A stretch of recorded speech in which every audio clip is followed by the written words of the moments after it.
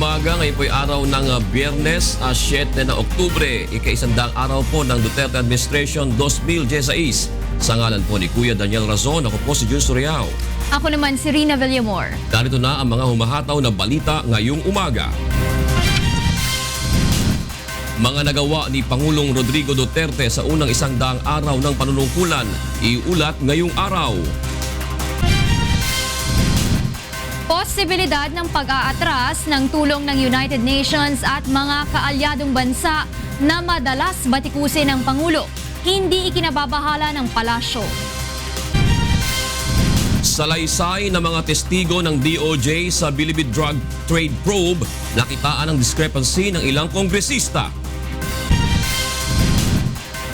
Bagong chief negotiator sa panig ng NDFP, itinalaga sa pagsisimula ng ikalawang round ng peace talks sa Norway. BOC Transformers at HOR Solons at ang kaing makuha ang ikatlong sunod na panalo sa first round eliminations ng UNTV Cup Season 5. At orthopedic disabled na may mga bukol sa dibdib, tinulungan ng programang Serbisyong Kasangbahay. Iulat sa bayan ngayong araw ng Malacanang ang mga nagawa ni Pangulong Rodrigo Duterte sa unang 100 araw ng kanyang panunungkulan. Ito ay sa pamamagitan ng isang documentary na tinawag na 100 Days of Change. Ipalalabas ito sa government channel na PTV4 mamayang alas 7 ng gabi. Hindi pa naman tiniyak kung magbibigay ng talumpati ang Pangulo. Nakakuha si Pangulong Rodrigo Duterte ng Very Good Public Satisfaction Rating sa unang 3 buwan ng kanyang panunungkulan batay sa pinakahuling survey ng Social Weather Stations o SWS. Subalit aminado ang palasyo na marami pa sa mga ipinangako ng Pangulo na pagbabago ang dapat pang gawin. Narito ang hataw na balita ni Rosalie Cos. Positive 64% o very good ang nakuhang net satisfaction rating ni Pangulong Rodrigo Duterte batay sa pinakahuling survey ng Social Weather Stations.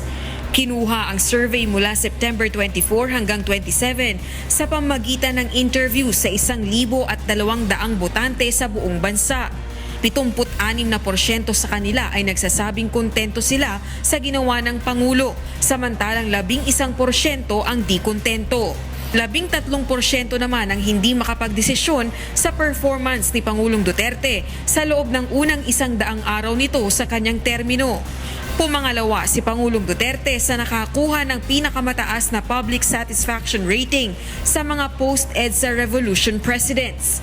Pinakamataas si former President Fidel Ramos na nakakuha ng 66% public satisfaction rating noong 1992. Ito ay sa kabila ng mga kontrobersyang kinakaharap ng Administrasyong Duterte at puna mula sa iba't ibang organisasyon dahil sa kanyang anti-illegal drugs campaign. Apparently, the perception of the people that he was doing his job. Ngunit ayon sa Presidential Communications Office, hindi sapat ang rating ng Pangulo upang tigilan ng Administrasyong Duterte ang ginagawa nitong maigting na kampanya kontra illegal na droga, krimen, at pagresolba sa kahirapan sa bansa. Ayon pa sa PCO, pinag-uusapan na kung magbibigay ng talumpati ang Pangulong Duterte para sa pagsapit ng kanyang ika-100 araw sa pagkapangulo ng bansa. Rosalie Cos, UNTV News and Rescue, Malacanang. Naniniwala si dating National Security Advisor Jose Almonte na pinakamagandang foreign policy ng isang administrasyon ang pagpapanatili ng magandang ugnayan sa Amerika at pakikipag-alyansa sa iba pang mga bansa. Ngunit ayon kay Almonte, mahalaga rin na maging matatag ang isang bansa upang hindi ito maging dependent sa kanyang mga kaalyado. That is why, if we had to have an effective foreign policy, we have first to ensure that our nation becomes rich, prosperous, and strong, so that we can relate with the people outside not as a dependent, but as somebody who could be useful to the world. Samantala, 3 pangunahing problema ang nakikita ni Almonte na dapat masolusyonan upang magtuloy-tuloy ang pagsulong ng Pilipinas. Ito ay ang internal war, broken politics at business monopoly.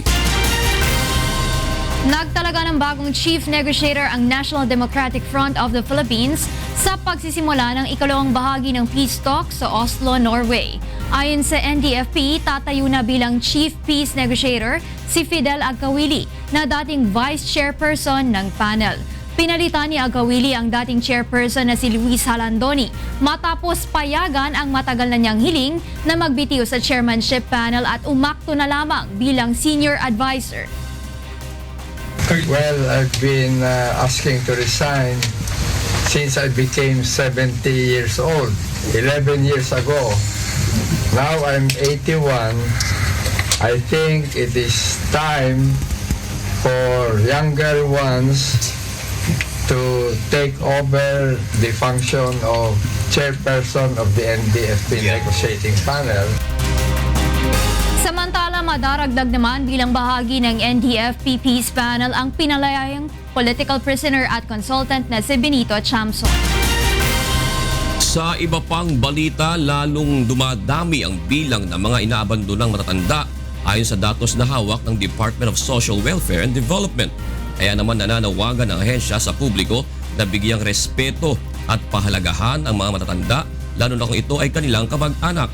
Narito ang hataw na balita ni Grace Casin. Dito sa Graces, Golden Reception and Action Center for Elderly and Other Special Cases ng DSWD, kulang 300 na ang mga inaaruga nilang matatanda na inabandona ng kanilang pamilya. Ito ay sa kabila ng nasa 200 lang ang kapasidad ng kanilang center at taon-taon nadadagdagan pa ang mga tinatanggap nilang matatanda. Yung bed capacity niya masyado ng malagpas na sa ratio. We see to it na merong ibang NGOs tsaka yung LGUs na tumutulong din sa amin. Ngayong pinagdiriwang ang Elderly Filipino Week, ipinangako ni Vice President Leni Robredo na kaisa siya sa pagsusulong ng mga batas para mabigyan ng dagdag na benepisyo at karapatan ang mga matatanda sa bansa. Kabilang dito ang Elderly Abuse Bill. Dito mabibigyan ng proteksyon ng mga lolo at lola laban sa psychological, emotional, financial at physical abuse. Mahaharap na rin sa kaso ang sino mang mag-aabandona sa kanilang mga matatandang kaanak. Maging ang mga nagpapabaya sa pag-aalaga sa kanilang mga lolo at lola, nanay at tatay, ay maaaring humarap din sa parusa. Sa kabila ng mas malawak na benepisyong natatanggap ng mga lolo at lola sa ilalim ng Expanded Senior Citizens Act of 2010, nananawagan ng DSWD sa publiko na huwag iasa sa ibang tao ang pag-aalaga sa kanilang mga magulang at kaanak na matatanda. Ang ating po mga kaluluhan tsaka kalulahan, dapat po yung pamilya po talaga yung una dapat na nag-aalaga sa kanila at hindi po yung mga centers natin for residential care facilities. Grace Casin, UNTV News and Rescue, Quezon City. Itinanggi ng pamunuan ng National Capital Region Police Office ang umunoy pagkakaroon ng isang grupo na nagsasagawa ng extrajudicial killing sa Metro Manila. Narito ang hataw na balita ni Lea Ilagan. Nasa mahigit 2,000 kaso na ng death under investigation o mga umano'y biktima ng extrajudicial killings ang naitatala ng Philippine National Police simula July 1 hanggang October 4. Karamihan sa napapatay ay mga kriminal at individual na iniuugnay sa kalakalan ng ilegal na droga sa iba't ibang lugar sa bansa. Sa kabila ng tumataas na bilang, nilinaw ni National Capital Region Police Office Acting Director, Police Chief Superintendent Oscar Albayalde na walang death squad o grupong gumagala sa Metro Manila upang magsagawa ng pagpatay. Walang ganong order. Ang order sa atin is we put up a dedicated focus teams that will go after high value targets on illegal drugs. Yes, yung mga high value targets, these are the suppliers, yung mga big time. Kaya parang yung ating para ma-complement yung effort ng ating PIDEA at saka ng ating AIDG. Ipinagmalaki rin ni Albayalde na nagiging matagumpay ang kampanya ng pamahalaan laban sa illegal drugs dahil na rin sa pagtatrabaho at kagustuhan ng PNP na mawakasan ang problema habang tiniyak ng general na hindi nila ipinagwawalang bahala ang mga insidente ng extrajudicial killings sa bansa. Meron tayong check and balance dyan. Yung sinasabing nating check and balance, doon pumapasok yung ating investigation like yung ating Internal Affairs Service, even the CIDG, even the NBI. Nauna nang sinabi ni PNP Chief Police Director General Ronald Bato de la Rosa na binigyan ng kota ang mga pulis sa pagpapasuko at pag-aresto sa mga drug suspect. Subalit hindi aniya kasama sa kanyang direktiba ang pagpatay sa mga ito. Leia Ilagan, UNTV News and Rescue, Camp Crame.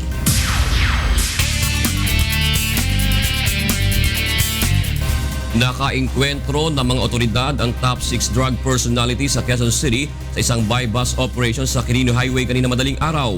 May hataw na balita si Reynante Ponte live. Yes, Reynante. Yes, good morning June at sa ating mga kasambahay at good morning Kuya. Nakabulagtan na sa labas ng emission center ng matagpuan ang dalawang suspected drug pusher matapos ngang makaengkwentro ng mga pulis sa Barangay Kaligayahan sa Quirino Highway bandang 1:30 kanina. Sa inisyal na investigasyon ng mga otoridad, kabilang sa top 6 drug personality ng QCPD Station 5 ang subject ng kanilang buy-bus operation na si alias Roy at hindi pa nakikilalang kasamahan nito. Nagpanggap ang kanilang operatiba na bibili ng 200 piso ng shabu at pagkatapos ng transaksyon ay napansin ng mga suspect na nasa paligid na ang mga pulis kaya't nanlaban umano ang mga ito. Napuruhan nga June ang mga suspect at na-recover sa kanila ang mga baril na 45 at 9mm na baril. Ayon pa sa mga pulis, nahirapan sila na maaresto ang mga suspect dahil palipat-lipat ng lugar ang mga ito at sa mga madilim na lugar nagbebenta ng illegal na droga. Patuloy naman ang operasyon ng mga pulis sa mga drug personalities sa kanilang lugar. Yan ang police report. Balik sa iyo, June. Maraming salamat, Reynante Ponte. Nag-ulat mula sa Quezon City. Isang shooting incident naman na kinasasangkutan ng ride-in and tandem criminals ang muling naitala sa Caloocan City kagabi. May hataw na balita si Maki Libradilla live. Yes, Maki, go ahead.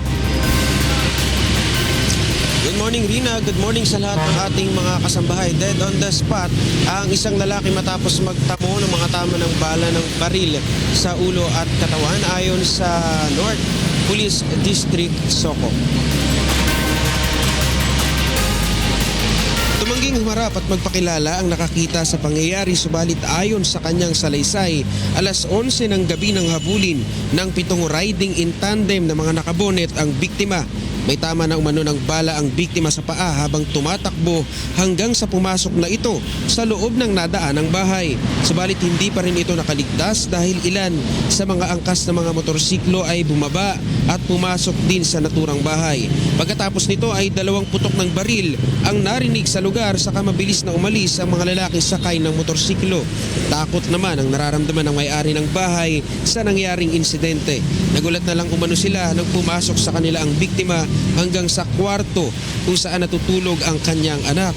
Sa kalangyaan niya nakuha ang kanyang anak pagkaalis ng mga sospek kung saan nakahandusay na ang biktima. Dagdag pa ng witness, 3 linggo na ang nakararaan ng unang beses na habulin at pagtakaan ng buhay ng biktima ng mga lalaking sakay din ng motorsiklo subalit hindi nila ito inabutan. Sa ngayon ay iniimbestigahan na ng otoridad ang nangyaring insidente. Yan mo ng latest, balik sa Rina. Maraming salamat sa iyo, Maki Libradilla mula sa Caloocan City. Para naman sa mga balita sa labas ng bansa, narito ang ating kasamang si Monica Veralio.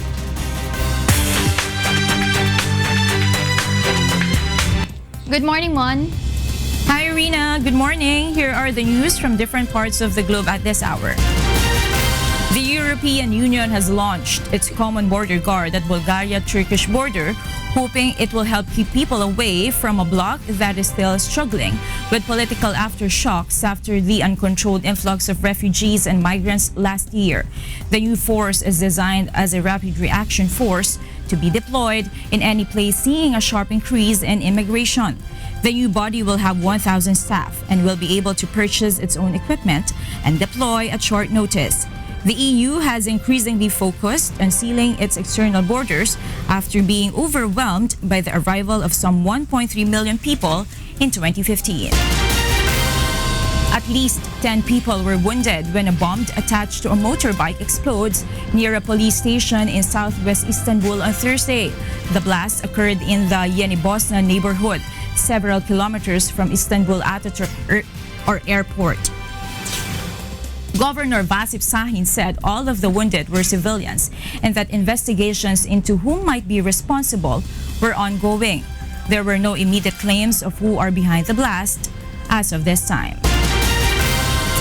Meanwhile, drone racers gear up ahead of the World Drone Racing Championship. Sonicos has the news.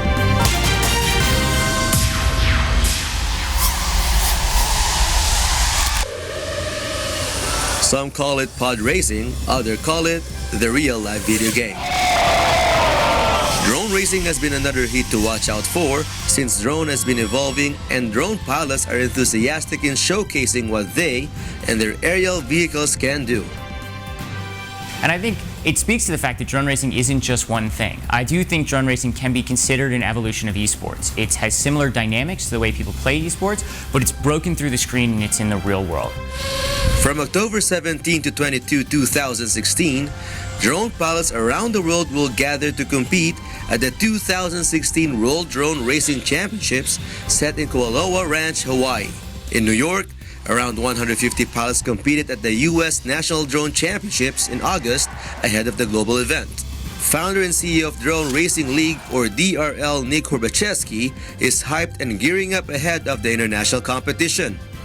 October is going to be a really exciting time for DRL. Drones are evolving very rapidly, and obviously here at the Drone Racing League, we're very focused on high-performance racing drones. But I think similar to what you've seen in auto racing, the technological innovation. With the recently completed round of financing, which is over $12 billion, including various media and technology partners, Horbacheski also hopes for a wider range of drone racing audience.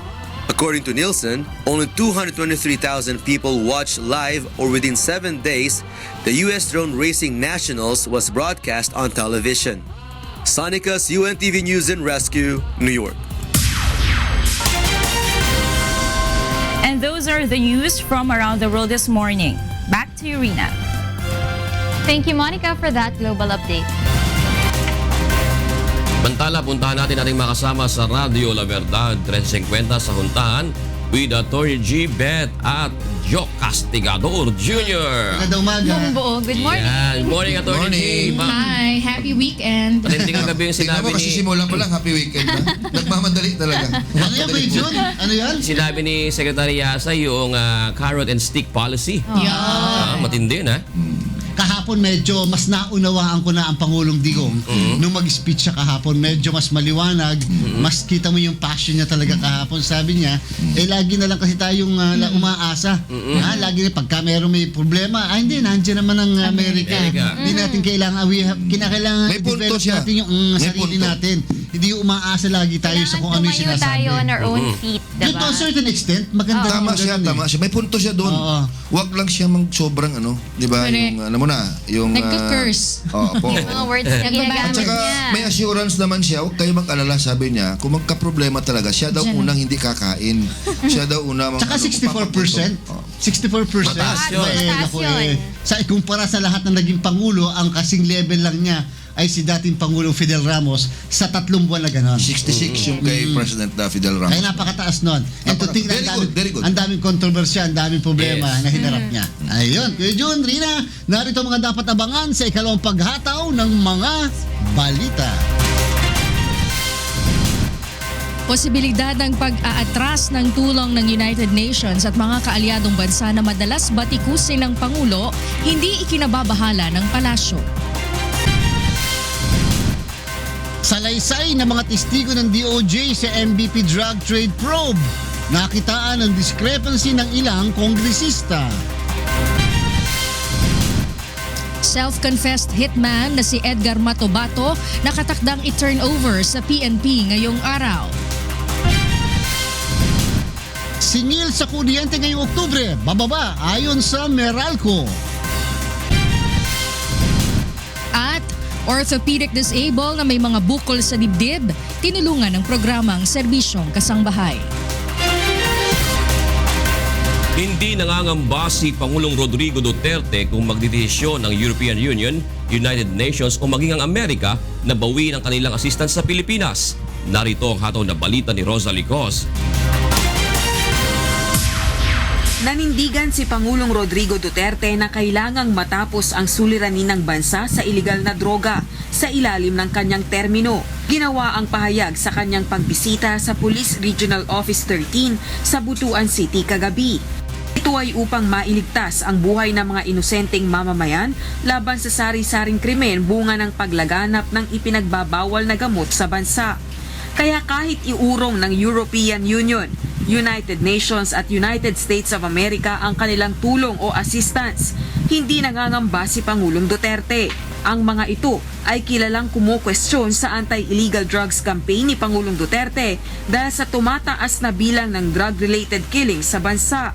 So I do not expect the human rights, I do not expect Obama, I do not expect the EU to understand me. Do not understand me. And if you think it is high time for you guys to withdraw your assistance, go ahead. We will not beg for it. We have a problem here trying to preserve our society. And you mess up by human rights. Tinatakot pa ninyo kami assistance. Dagdag pa nito, mas mahalaga ang dignidad na iginigiit ng Pangulo kaysa sa pangakong tulong ng mga international organization. Nagbigay din ito ng katiyakan na kakayanin ng Pilipinas mag-survive kahit walang assistance mula sa mga organisasyong pumupuna sa gobyerno ng Pilipinas. Ano pa ninyo sa amin?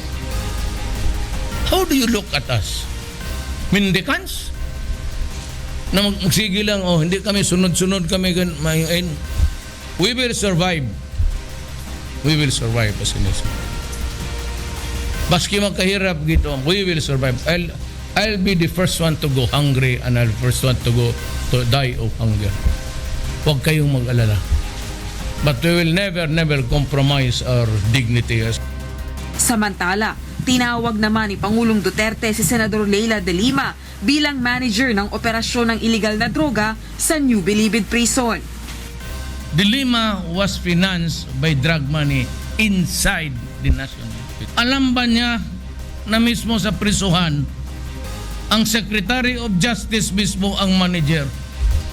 Kinabit pa niya lahat, tapos ayan. Rosa Licos, UNTV News and Rescue, Philippines. Ipiniliwanag ni Foreign Affairs Secretary Perfecto Yasay Jr. ang naging pahayag kamakailan ni Pangulong Rodrigo Duterte kaugnay ng pagpapatigil ng military exercises sa pagitan ng Pilipinas at Estados Unidos. Narito ang hataw na balita ni Mirasol Abugadil.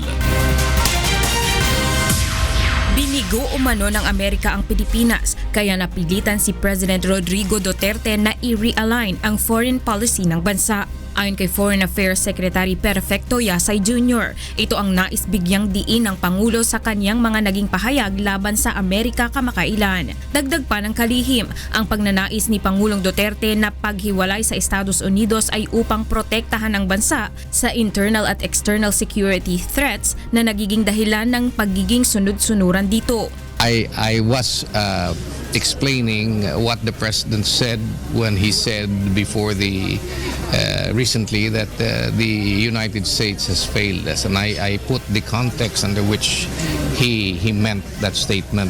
Sinabi pa ni Secretary Yasay, panahon na upang muling pag-aralan ang layunin ng pagkakaroon ng US-Philippine military exercise na nagsimula pa noong 1950. The purpose of these joint exercises is to ensure that when we undertake it, it will beef up and enhance our self-reliance and our ability to address our internal and external security threats. Despite the joint exercises that were undertaken, our military capacity and our ability to be self-reliant in addressing our internal and external security threats have not been met. We are still grossly inadequate. Gayunpaman, nilinaw naman ng kalihim na hindi nila ipinagsasawalang bahala ang mga tulong na ibinigay ng Amerika sa Pilipinas sa mga nagdaang panahon. Mirasol Abugadil, UNTV News and Rescue, Quezon City. Nakitaan naman ng ng discrepancy ng mga kongresista ang salaysay ng ilang testigo ng DOJ sa pagdinig kahapon ng lower house hinggil sa umunay bentahan ng droga sa New Bilibid Prison. Narito ang hataw na balita ni Roderick Mendoza.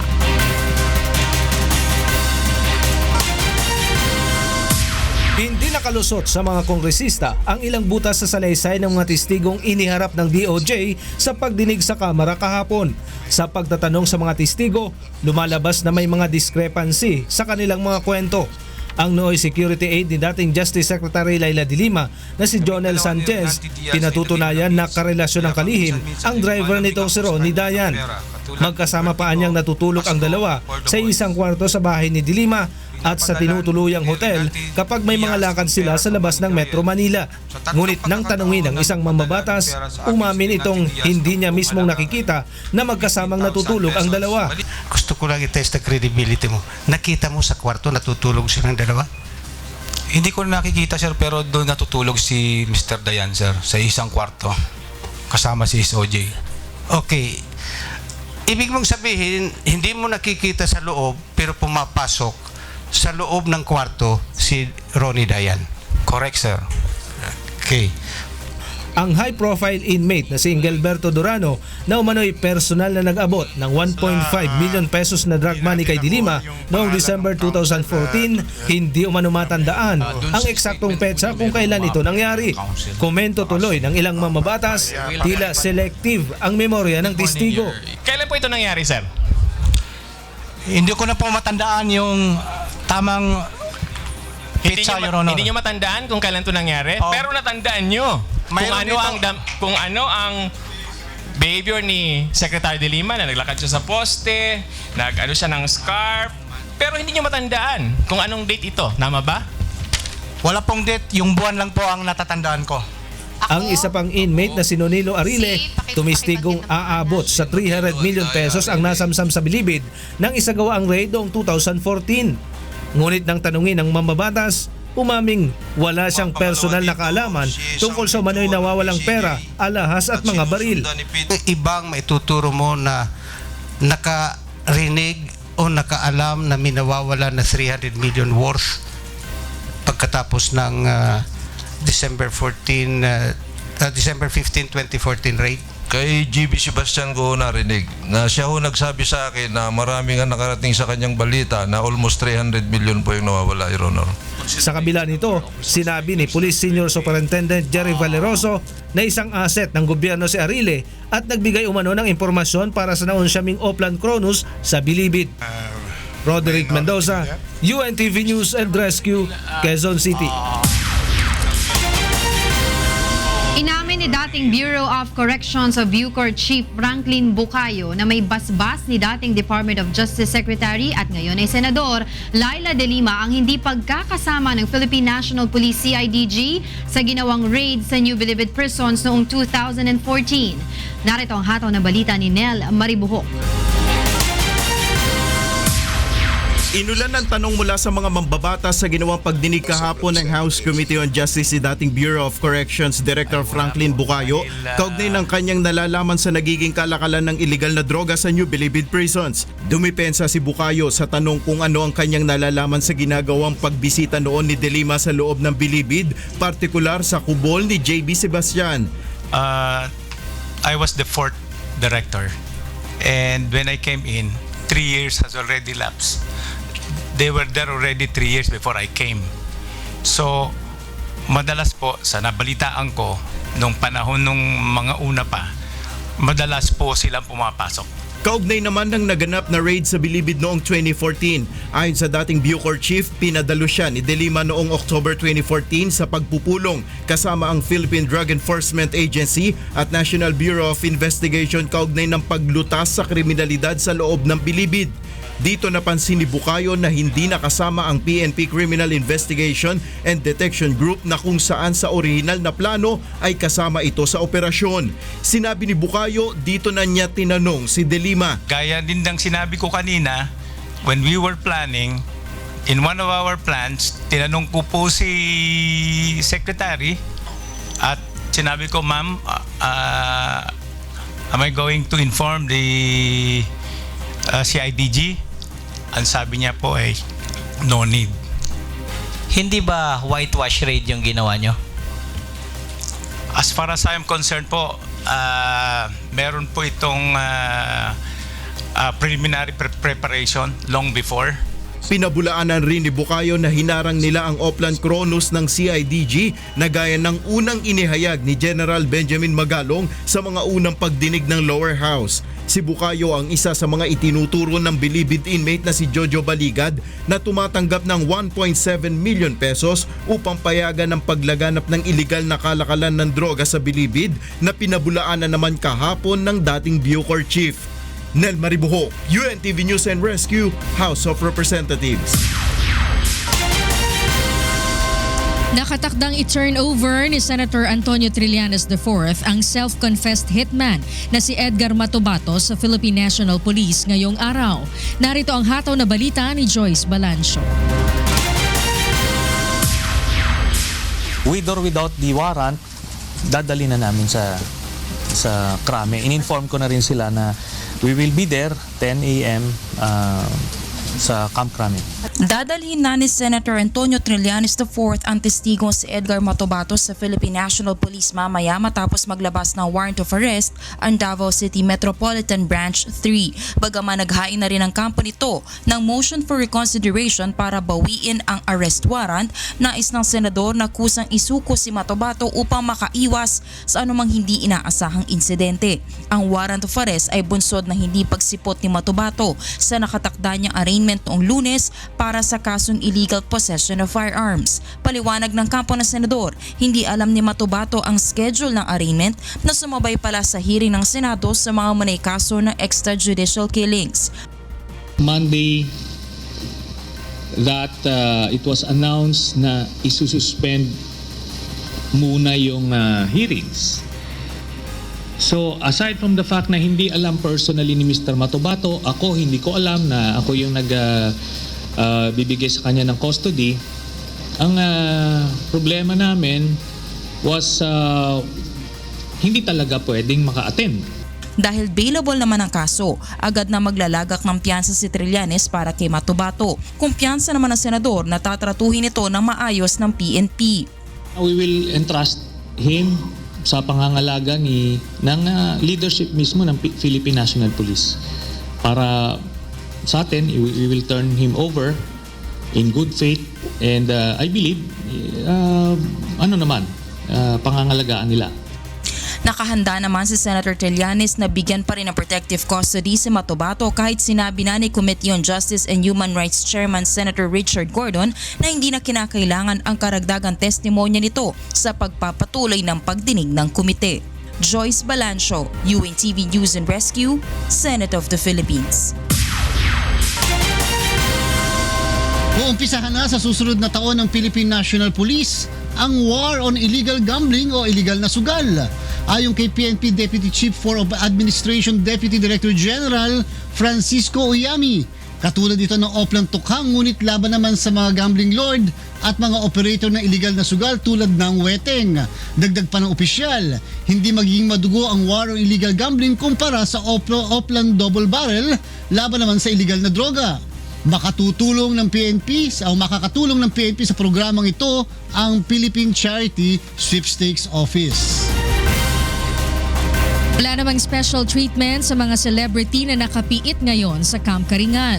Ayon kay QCPD Director, Senior Superintendent Guillermo Eleazar, tulad ng ibang detainee, nabibila din sa araw habang nag-gardening at nag-exercise sina Sabrina M., Krista Miller at dalawa pang modelo na naaresto dahil sa droga habang naghihintay pa ang mga ito ng commitment order para sa jail facilities. Gumanda na rin ang kanilang balat kumpara noong una silang nahuli ng mga otoridad dahil na rin sa hindi na sila gumagamit ng droga. Narito ang pahayag ni QCPD Director Guillermo Eleazar. So nag-detoxify sila ngayon, gardening, then nag-exercise, then nagpapaaraw. And then nakita naman natin na for the past few days, parang nag-improve na yung kanilang physical appearance, and then mas maganda din silang kausap, saka pati mas na sa tamang vision na ngayon. Good news naman mga kasambahay, Bababa ang singil ng kuryente ngayong buwan ng Oktubre ayon sa Meralco. Narito ang hataw na balita ni Joan Ano. Muling magpapatupad ng bawas singil sa kuryente ang Manila Electric Company o Meralco ngayong Oktubre, kung saan bababa ng 12 centavos per kilowatt-hour ang presyo ng kuryente. Nangangahulugan ito na kung ang isang customer ay kumukonsumo ng 200 per kilowatt-hour sa isang buwan, bababa ng 24 pesos and 33 centavos ang bill sa kuryente.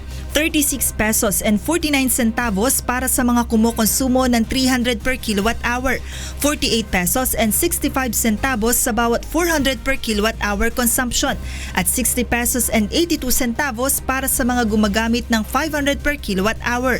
Ayon sa Meralco, ang pagbaba ng halaga ng kuryente ay bunsod ng patuloy na bawas presyo ng transmission charge at generation charges na dulot ng mas murang singil ng wholesale electricity spot market o WESM. Ito na ang ikatlong magkakasunod na buwan na bumaba ang presyo ng kuryente. Steadily, yung presyo ho ng kuryente ay bumababa itong nagdaang 4 na taon at kamakailan magkakasunod na buwan na 3 buwan na bumaba ang kuryente. Bagaman nagsisimula ng gumamit ng mga holiday season decoration ang ilang consumer, batay sa forecast ng Meralco ay wala namang inaasahang pagtaas sa demand ng kuryente sa mga susunod na buwan.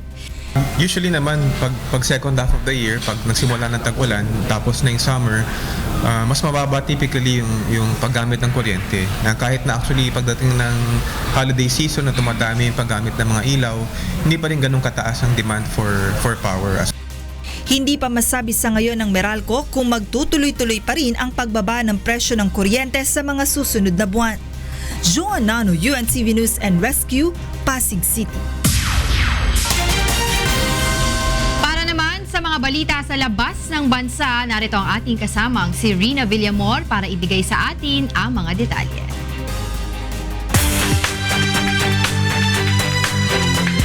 Morning, Rina.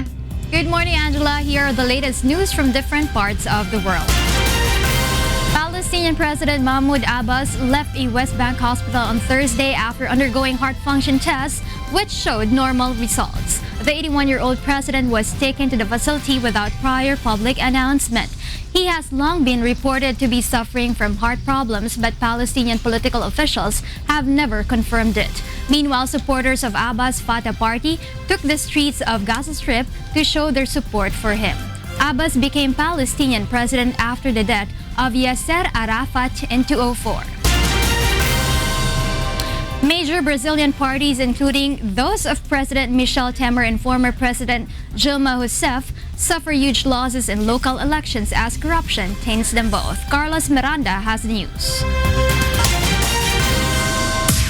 Partidos políticos brasileiros envolvidos no enorme escândalo de corrupção da Petrobras, inclusive o do presidente Michel Temer, sofreram grandes problemas na eleição municipal de domingo, deixando os candidatos de direita à frente nas grandes cidades. O Partido dos Trabalhadores da ex-presidenta Dilma Rousseff, que teve o impeachment em agosto, foi o mais abalado e perdeu a maior cidade do país, São Paulo, para o seu principal rival, o PSDB, que elegeu o empresário milionário João Doria como prefeito. Para as prefeituras, o PT está tendo uma derrota em larga escala. Os demais partidos estão pulverizados, mas o PT, que concentrou uma margem de votos de 30% a 40% nas últimas eleições, vai amargar uma derrota contundente em todo o cenário brasileiro. O PT perdeu 4 das 5 capitais de estado, incluindo São Paulo, a maior potência econômica onde o partido foi formado. O fato da Operação Lava Jato ter pegado figuras centrais do partido e atingido a cúpula do partido e, ao mesmo tempo, o desempenho ruim do governo Dilma no seu segundo mandato. Esses dois fatores que levaram ao impeachment do presidente contribuíram para o desgaste maior do PT em relação aos demais partidos. Os demais partidos... O partido de Temer, o PSDB, perdeu sua força de longa data sobre a empobrecida cidade do Rio de Janeiro, que sediou recentemente o evento que muitos consideraram as Olimpíadas bem-sucedida. Pelo contrário, um bispo evangélico e conservador, o senador Marcelo Crivella, é quem vai enfrentar no segundo turno contra Marcelo Freixo, do PSOL, um ex-petista, para decidir quem lidera o Rio. As eleições de domingo foram as primeiras a serem conduzidas sobre a proibição de financiamento eleitoral por empresas, intencionada a limpar os políticos brasileiros envolvidos no escândalo da Petrobras, empresa de petróleo controlada pelo Estado, que teve vários executivos de elite e poderosos representantes políticos apanhados. As novas regras que reduziram o financiamento de campanhas nas eleições presidenciais de 2014 acabaram ajudando candidatos mais ricos que usavam seus próprios fundos, como João Doria e outros candidatos que são apoiados por igrejas evangélicas que se expandem rapidamente. Carlos Miranda, UNTV Notícias e Resgate, São Paulo, Brasil. Russia's defense ministry says the United States should carefully consider the consequences of strikes on Syrian army positions because such strikes would obviously threaten Russian servicemen. Commenting on Russia's S-300 air defense complex recently deployed to Syria, the ministry says that their crews would hardly have time to detect the exact flight paths of missiles or from what direction they were launched. The ministry also mentions a more sophisticated air defense system which safeguards Russia's Maymim air base in Syria. Here's a statement from Russian Defense Ministry spokesman Igor Komanchikov.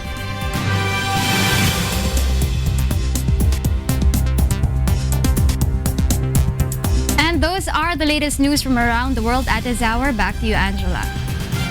Thank you, Rina. Para sa mga karagdagang balita, bumisita lamang sa aming website na untvweb.com.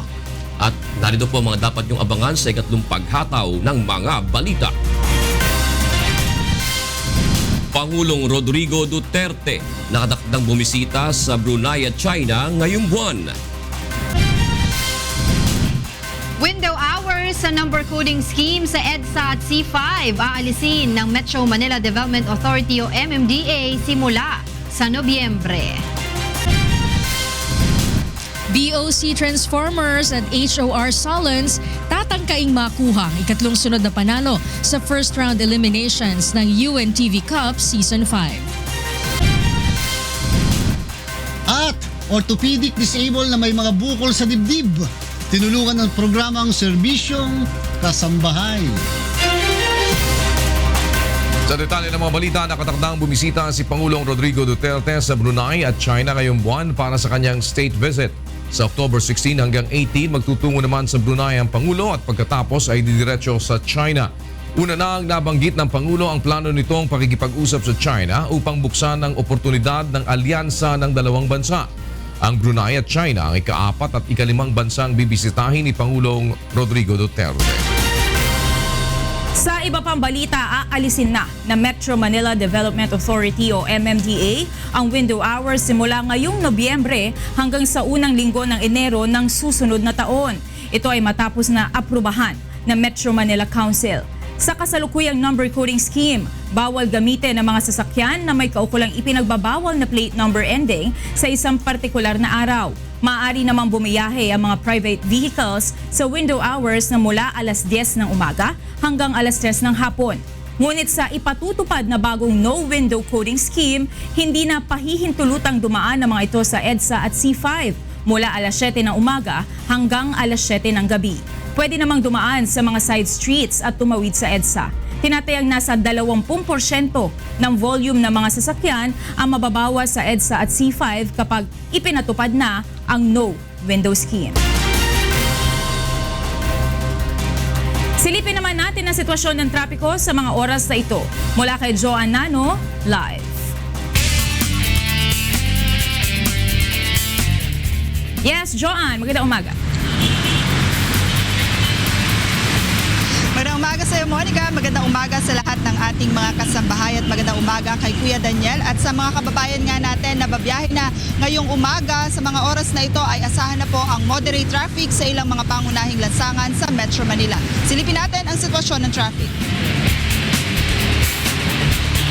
Sa Sa mga dadaan dito sa EDSA southbound, kung kayo po ay papunta ng Cubao area, simula po sa Balintawak hanggang Muñoz ay maluwag pa ang galaw na mga sasakyan. Magsisimula pong bumagal ang usad ng mga sasakyan sa may bahagi po ng North Avenue. Bahagya na ring mabagal ang daloy ng mga sasakyan habang kayo po ay approaching ng EDSA Quezon Avenue dahil po dito sa may intersection area. Subalit para naman po dun sa mga dadaan sa flyover, sa ngayon ay asahan pa po ng ating mga motorista ang light traffic.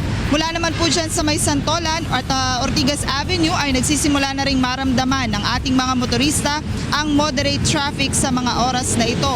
Magtutuloy-tuloy ang moderate traffic hanggang sa may bahagi ng Shaw Boulevard hanggang kayo po ay makarating ng Boni Pioneer. Bahagya na ring mabagal ang sitwasyon ng traffic sa may bahagi po ng Buendia, Estrella, Ayala at Magallanes. Subalit muli po yung luluwag sa may Malibay area. Magtutuloy-tuloy na po yan hanggang sa kayo po ay makarating sa may area ng Mall of Asia. Habang sa mga babaybay naman po ng northbound EDSA, magiging maluwag at tuloy-tuloy pa ang biyahe ng ating mga motorista at mga commuters sa mga oras na ito. At bahagya lamang na magiging mabagal ang traffic sa may bahagi po ng EDSA Taft, Magallanes, Buendia at Ayala. Sa mga sasakyan naman po na dadaan sa may East Avenue, sa mga patungo po sa Commonwealth ay dito po sa may eastbound area ay maluwag pa ang daloy ng mga sasakyan habang ang westbound area naman po ay nakararanas na sa mga oras na ito ng moderate to heavy traffic. Silipin natin, Monica, ang ilan sa ating mga live traffic points dito sa may Pilcoa Techno Hub. Ito pong nakikita nyo ngayon sa inyong mga television screen. Sa mga motorista po na patungo sa may Pilcoa, sa ngayon ay moderate traffic situation na po ang nararanasan dyan ng ating mga motorista habang ang kabilang bahagi naman po ay magiging maluwag at tuloy-tuloy ang pagbiyahe ng ating mga kababayan para naman po sa mga bumabaybay dito sa may eastbound ng Commonwealth. Sa may Baclaran Ross Boulevard naman po sa mga kababayan natin na patungo ng Maynila, sa mga oras po na ito ay paghandaan na po natin ang moderate to heavy traffic sa may area po na yan. Habang ang mga patungo naman po o yung mga papunta sa may coastal area, kung kayo po ay patungo dyan sa may Cavite, sa mga oras na ito ay magiging maluwag at tuloy-tuloy pa ang daloy ng mga sasakyan. Sa may Recto Avenue, Manila naman po tayo para naman po sa mga kababayan natin na patungo po ng Divisoria. Wala pa pong masyadong magiging problema dahil light traffic situation pa po ang mararanasan sa may area po na yan. Gayun din po ang kabilang bahagi po ng kalsada para naman sa mga patungo ng Recto Avenida. Sa ngayon ay maluwag at tuloy-tuloy pa rin ang sitwasyon ng traffic sa may area po na yan. Monica, muli nga natin ipinapaalala sa lahat ng ating mga motorista na dahil ngayon ay araw ng Biyernes, bawal po sa mga lansangan ang mga sasakyang may plakang nagtatapos sa 9 at 0 simula ngayong alas 7 ng umaga hanggang mamayang alas 7 ng gabi. Yan muna ating gabay sa kalsada ngayong umaga. Balik sa iyo, Monica. Maraming salamat, Joanna Ano, live na nag-uulat mula sa Quezon City. Alamin naman natin ang magiging lagay ng panahon sa buong maghapon mula kay Ray Pelayo na sa UNTV Weather Center. How's the wind, Ray? Yes, Kuya Daniel, sa ating mga kasambahay, ngayon Kuya, meron tayong epekto pa rin itong habagat o yung southwest monsoon. May ilang mga lugar kasama ang Metro Manila, Kuya, na maapektuhan po nito. So, may bagyo pa? Ngayon po, wala na, lumabas na Kuya, pero ito'y papunta ng China, dyan sa may Hainan Province. At ito yung bagyong si Julian, Kuya, pansampu ito. Lumabas na kahapon ng alas 12, Kuya. Wala namang kasunod? Wala po, Kuya. Magiging maganda po ang starting tomorrow and Sunday. May improvement po ang lagay ng ating panahon. Hindi na mag-uulan ang kagaya ng mga nakakaraan, ha? Hindi po masyado, Kuya. Pero ito pong mga susunod na buwan, ina-expect po natin medyo landfalling na yung bagyo natin dahil lalo na pag umiral po yung amihan, Kuya, dahil tutulok na nito papunta sa ating bansa yung bagyo. Pero today, are we expecting na may pag-ulan lalo na dito sa Kalakang, Maynila? Yes, Kuya, malaki ang tsansa lalo na po mamaya makapananghali at medyo malalakas pag lalo na po pag may mga thunderstorms, Kuya. Okay. Sige, bigay mo sa amin ang kabuuang ulat ng panahon sa maghapon. Narito po magilagay ng panahon sa mga susunod na oras. Yung pinakadistansya po nitong dating bagyong si Julian ay nasa 745 kilometers na may kaluran po yan ng Basco, Batanes. At ngayon nga po may impluensya ito sa southwest monsoon o habagat na nakaka-apekto sa western section ng Luzon at ng Visayas. Forecast po ng Pag-asa, ang area po ng Metro Manila at nalabing bahagi ng Luzon, makulimlim po ang lagay ng panahon at makakaranas ng mahina hanggang sa katamtaman pong mga pagulan. Sa Science Garden sa Quezon City, maaari pong umabot sa 31 degrees Celsius ang maximum temperature ngayong araw. Sa Tuguegarao, 34. Sa Baguio po, 15 to 24. At sa Puerto Princesa City sa Palawan hanggang 30 degrees Celsius. Yung area po ng Panay at Negros Island, makakaranas din po ng light to moderate rains. Samantalang ang Cebu, kung Central Visayas, din yung Samar at Leyte area ay makakaranas naman po ng isolated rain showers and thunderstorms. Sa Iloilo City, maaari pong umabot sa 31 degrees Celsius ang maximum temperature ngayong araw. Sa Metro Cebu, 33 at 32 sa Tacloban City. Partly cloudy to cloudy skies ang area po ng Mindanao at makakaranas din po ng mga pagulan, pagkindad at pagkulog, lalo na po yung area ng Zamboanga Peninsula at Davao Region. Sa Cagayan de Oro City, maaari pong umabot sa 32 degrees Celsius ang maximum temperature ngayong araw. Gayon din po sa Metro Davao, pero sa Zamboanga City hanggang 33 degrees Celsius. Alamin po natin lagay ng panahon sa mga karatig bansa ng Pilipinas. Unahin na po natin dyan sa may area ng Seoul, South Korea, kung saan ay maaari pong maitala ang temperaturang 32 degrees Celsius o 24 degrees Celsius with rain showers and thunderstorms. At sa Tokyo naman po ay 18 to 25. Partly cloudy lang po dyan. Maganda po lagay ng panahon. Pero sa Taipei, Taiwan, may mga pagulan, pagkidlat at pagkulog with a maximum temperature of 30 degrees Celsius. Sa Beijing, China po, malamig po dyan, 14 to 18 degrees Celsius. Mahinang mga pagulan naman po ang maranasan. Halos ganun din po lagay ng panahon sa may area ng Hong Kong, pero ang temperatura ay maaari pong umabot sa 30 degrees Celsius. Sa Bangkok, Thailand, bagamat medyo maalinsangan, ay makakaranas din po ng mga pagulan, pagkidlat at pagkulog. Sa Vietnam naman po may mga pag-ulan din, lalo na po sa may area ng Ho Chi Minh, kung saan maaari po maitala ang maximum temperature ng 31 degrees Celsius. Pagdating naman po sa Kuala Lumpur, Malaysia, meron pong mahinang mga pag-ulan with temperature of 33 degrees Celsius. Hindi po halos magilagay ng panahon sa Singapore, pero may mga pagkidlat po na maranasan din po dyan. Sa Jakarta, Indonesia, mahinang mga pag-ulan with a maximum temperature of 33 degrees Celsius. Samantala, ang ating pong sunrise, 5:46 a.m. at ang pong sunset, 5:41 p.m. Yan ang ating ulat panahon. Walang mamput umaraw, huwag natin kalilimutang pasalamatan ang Diyos na lumala. Balik po sa inyo dyan. Maraming salamat, Ray Pelayo mula sa ating UNTV Weather Center. At gika naman sa Davao City, hatid sa atin ni Victor Cosare ang mga balitang prom day.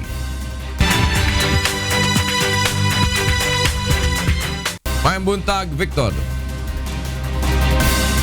Mayang buntag, Kuya Daniel, ug una sa mga balitang prom day karong buntag. Kapinsa na pulo kagituuhang drug user o pusher ang gidakop sa mga otoridad human magpatigayon og Oplan Galugad sa pipila ka barangay sa San Mateo, Rizal ang mga pulis. Ang balita ihatod kanato ni Jenica Cruz.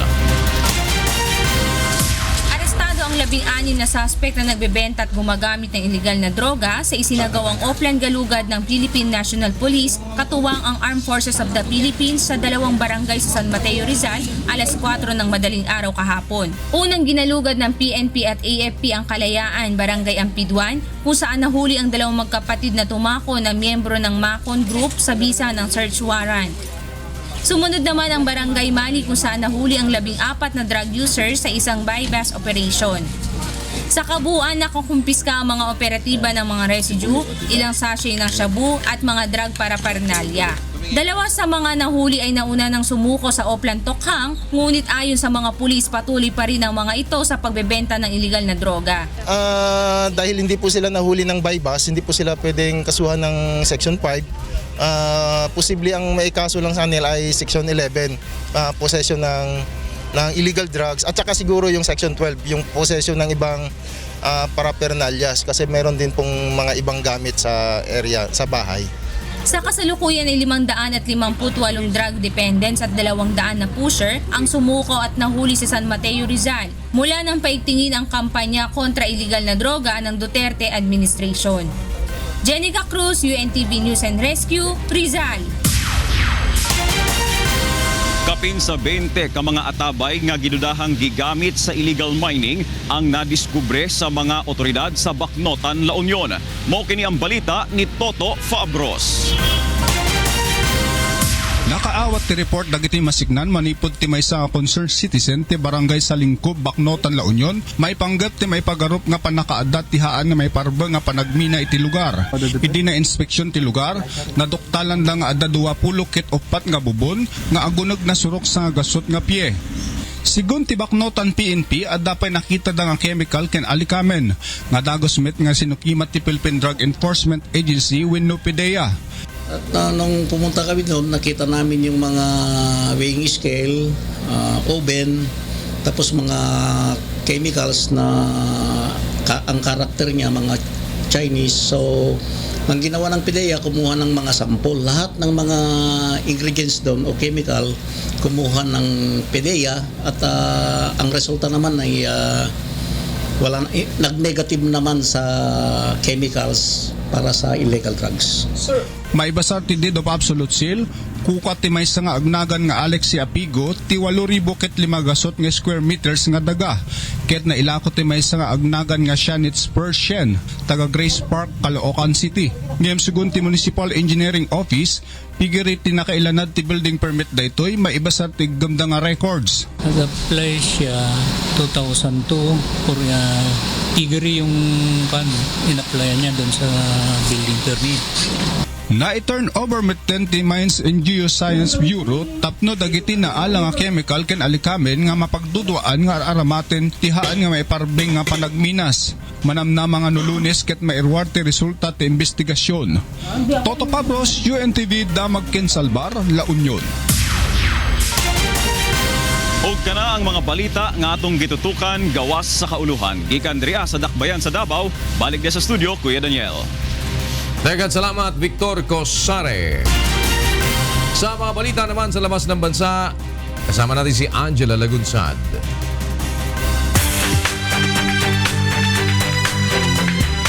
Good morning, Angel.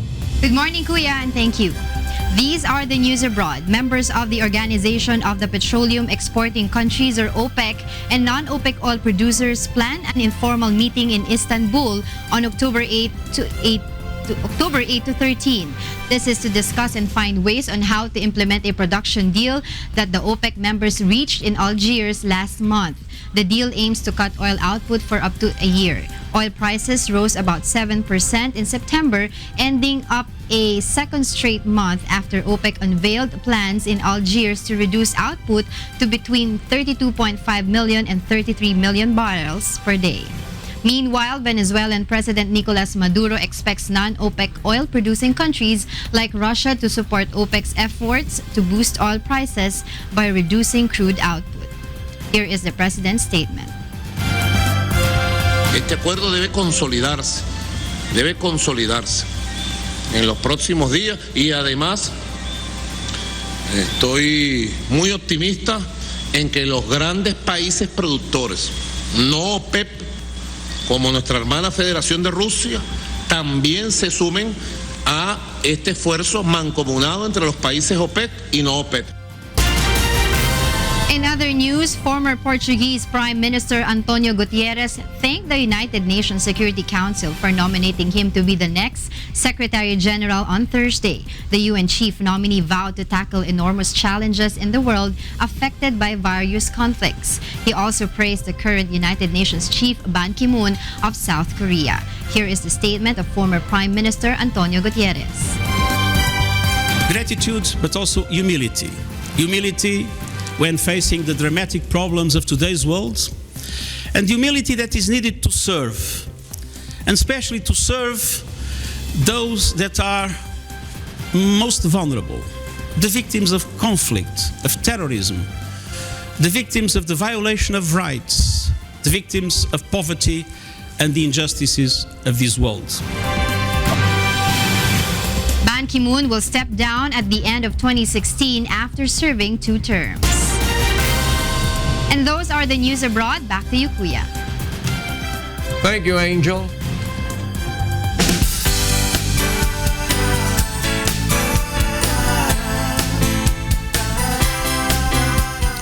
Isang kababayan natin na mayroong orthopedic disability ang tinulungan ng programang Serbisyong Kasambahay upang maipakonsulta ang kanyang mga bukol sa dibdib. Narito ang hataw na balita ni Sherwin Culubo. Lunes nang dumulog sa programang serbisyong kasangbahay ni Kuya Daniel Rason ang mag-asawang Ana at Romeo Libunaw. Mula sa Santa Rosa, Laguna, lumuwas ang dalawa ng Metro Manila upang humingi ng tulong na maipagamot ang mga bukol sa dibdib ni Mang Romeo na 9 na buwan na niyang iniinda. Agad naman itong tinugon ni Kuya Daniel at pinasamahan ang mag-asawa sa East Avenue Medical Center upang makapagpakonsulta.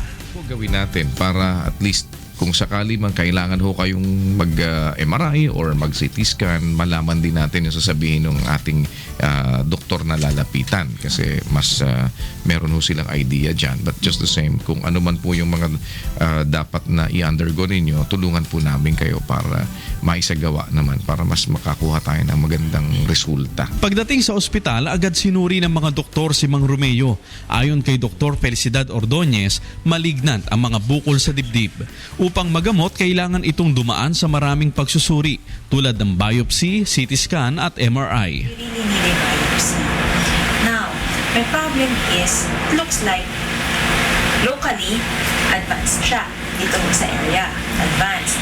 And the reason ho, bakit siguro may konting hoarseness na si sir, baka yung nerve niya mo dito, banda, dito yung naiipit.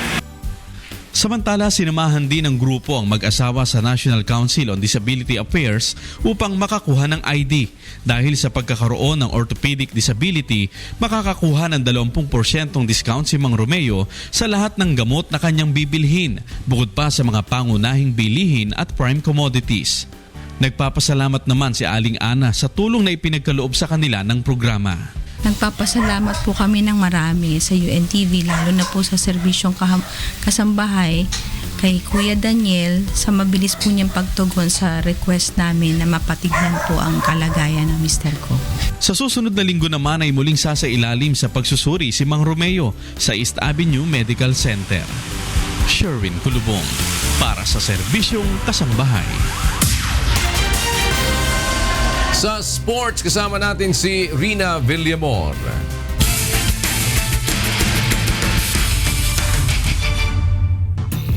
Go ahead, Rina. Good morning, Kuya. Tatangkain ng BOC Transformers at HOR Solons na makuha ang ikatlong sunod na panalo sa UNTV Cup Season 5 first round eliminations ngayong linggo. Samantala, maghaharap naman sa second game ang Senate Defenders kontra Malacanang Kamao, habang AFP Cavaliers at BFP Firefighters naman ang unang maglalaro. Narito ang hataw na balita ni Bernard Dadis. Aquino will set that pick. Aquino dives to the basket. Ball screen na nanatili para kay Adriano. Pull-up jumper. Too open. Isa na namang mainit na sagupaan ang matutunghayan sa darating na linggo sa pagpapatuloy ng first round eliminations ng UNTV Cup Season 5. Sa unang pagkakataon, maghaharap ngayong season sa hardcourt ang dalawang pinalakas na koponan ng House of Representatives Solons at Bureau of Customs Transformers sa third game ng triple header ng UNTV Cup Season 5 alas 5 ng hapon sa Pasig City Sports Center. Parehas na nangunguna ngayon sa Group B ng Liga ang dalawang koponan na may malinis na 2-0 win-loss record. Kapwa sasandig sa kanilang tig-4 na dating professional basketball player ang magkabilang team, kaya naman asahan na ang mahigpit na bakbakan sa hardcourt. Mangunguna sa BOC ang tandem ng PBA legends na sina Kenneth Captain Marvel Duremdes at Marlo the Skyscraper Aquino kasama si Verson Franco at Jerome Ejercito. Sa HOR naman ay magtutulong sina Kiko Adriano, Egay Billones, Arnold Gamboa at Eric Rodriguez.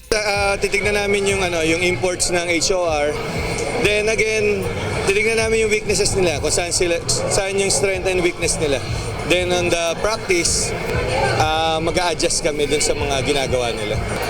Kasi team to beat yun no? Basta kami, tingnan namin kung anong paraan ang pwede namin gawin, no? Pag-aralan namin kung ano yung strength nila at saka weaknesses, no? Tingnan natin kung paano kami sasabay sa kanila.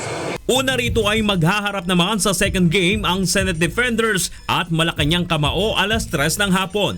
Kinakailangang maipanalo ng Senate Defenders ang kanilang ikatlong laban matapos makalasap ng dalawang sunod na pagkatalo upang makapasok sa second round eliminations. Samantalang malinis pa ang record ng Malacanang na may isa ng panalo. At sa first game, Mahigpit na bakbakan naman ang aasahan sa two-time champion AFP Cavaliers at BFP Firefighters alas 2 ng hapon. Hawak ng AFP ang liderato sa Group A na may 2 panalo, kasunod ang BFP na may 1 panalo at wala pang talo. Mapapanood ang live ang triple header ng UNTV Cup sa linggo sa UNTV at UNTV Web via streaming. Bernard Daddies para sa UNTV Cup Season 5. Kuya, mga bigating games ang dapat nating abangan this coming Sunday dahil dito na nga magkakalaman kung sino ang mangunguna sa Group A at sa Group B. Kailangan manalo dito ng BFP Firefighters para din makatabla nila dito ang AFP Cavaliers sa unahan ng ating team standings sa Group A. Ang Senate Defenders naman kailangan silang bumawi matapos silang matalo sa DOJ at Ombudsman Graft Busters. Ang Malacanang ay nasa number 3 ng ating team standings sa Group A. Samantala sa ating laban sa HOR at BOC, tabla din sila sa 2-0. So magkakaalaman na nga dito kung sino ang manguna sa kanila sa ating Group B. Yan muna ang latest sa larangan ng sports. Back to you, Kuya.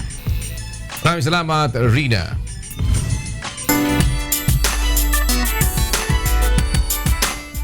Sa dalawang magkasunod na location shooting ng isang araw ang ikatlong yugto, sumalang na ang Miss International Beauty Queen na si Lara Kigaman at veteran actor Wendell Ramos sa kapwa natuwang makasama sa advocacy film. Narito ang hataw na balita ni Brian Evangelista.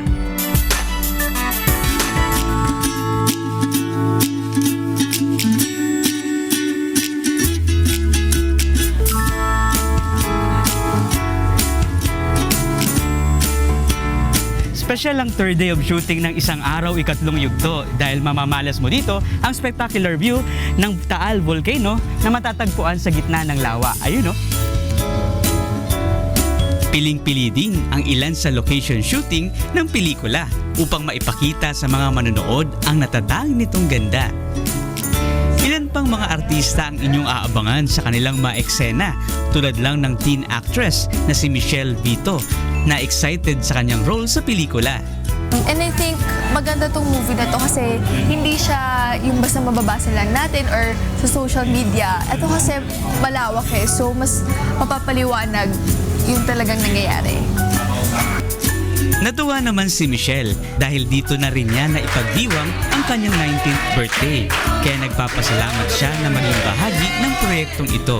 Maraming salamat kasi nakasama ko sa movie na to at feeling ko na makakatulong din ako sa ibang tao. Nakasama ako sa pagtulong sa ibang tao. Maraming salamat po.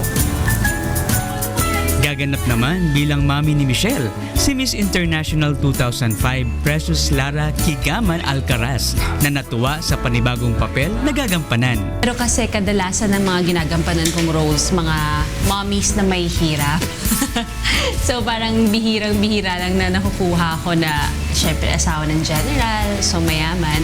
So na-excited ako. At saka yung story kasi very, very relevant sa mga nangyayari ngayon sa bansa natin. Para naman sa batikang aktor na si Wendell Ramos, naging malapit sa kanyang puso ang advocacy film nang maipaunawa ng mismong direktor at manunulat ang tema ng pelikula. At ikinagagal ako na naging part ako this film. For me, it will be an honor para matutukan ako ni Kuya Daniel dito at magawa ko ng maayos yung gusto niyang gawin kong trabaho dito. Kaya abangan ang mga kapanapanabik na eksena na magbibigay kiliti sa ating kaisipan at may lakas na pumukaw ng ating damdamin. Brian Evangelista, UNTV News and Rescue, Philippines. Exciting, Kuya. At para sa iba pang mabahataw na balita, bumisita lamang po sa aming website ang untvweb.com. Yan po ang mga hataw na balita ngayong araw ng Biyernes, October 7, 2016. Susunod na ang programang Bawal ang Pikon. Get it straight with Daniel Razon.